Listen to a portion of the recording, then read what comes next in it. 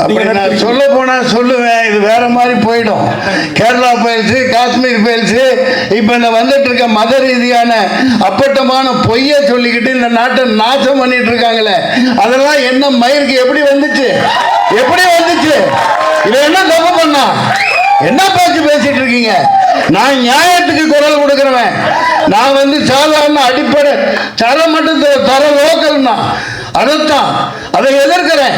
இந்த சென்சார் ஒரு மயில் வேணாண்டா, மக்கள்கிட்ட கூடலாம் கையில இந்த ஆட்சியே வேணான்னு தூக்கி போடுங்க.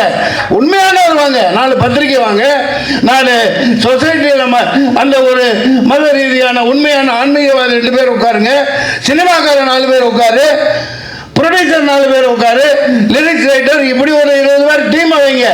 சென்ட்ரல் கவர்மெண்ட் ஒரு மயில் வேணாம், நீங்க கிழிச்சதெல்லாம் போதும். நிறைய பாதிக்கப்பட்டாச்சு. நன்றி, வணக்கம்.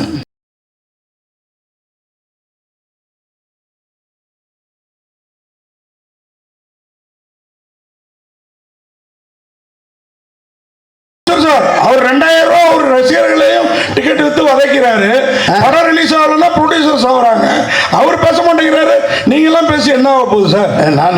அவர் நாளைக்கு அரசியல்வாதியை என் உடம்புல ரத்தம் ஓடுது இல்லையா? மீடியாவே மீட் பண்ண மாட்டேங்கிறாரு சார். நீங்க 2000 ரூபாய் வாங்கிக்கிட்டு அவரு சினிமா காட்டுறாருன்னு சொல்றீங்க. அதுக்கு பவர் இருக்குது. வாங்குறான், கொடுக்குறான்.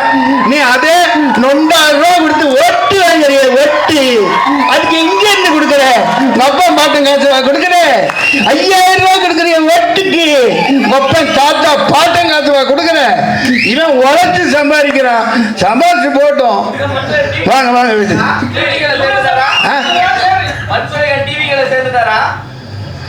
சில்லித்தனமா கேட்க கூடாது.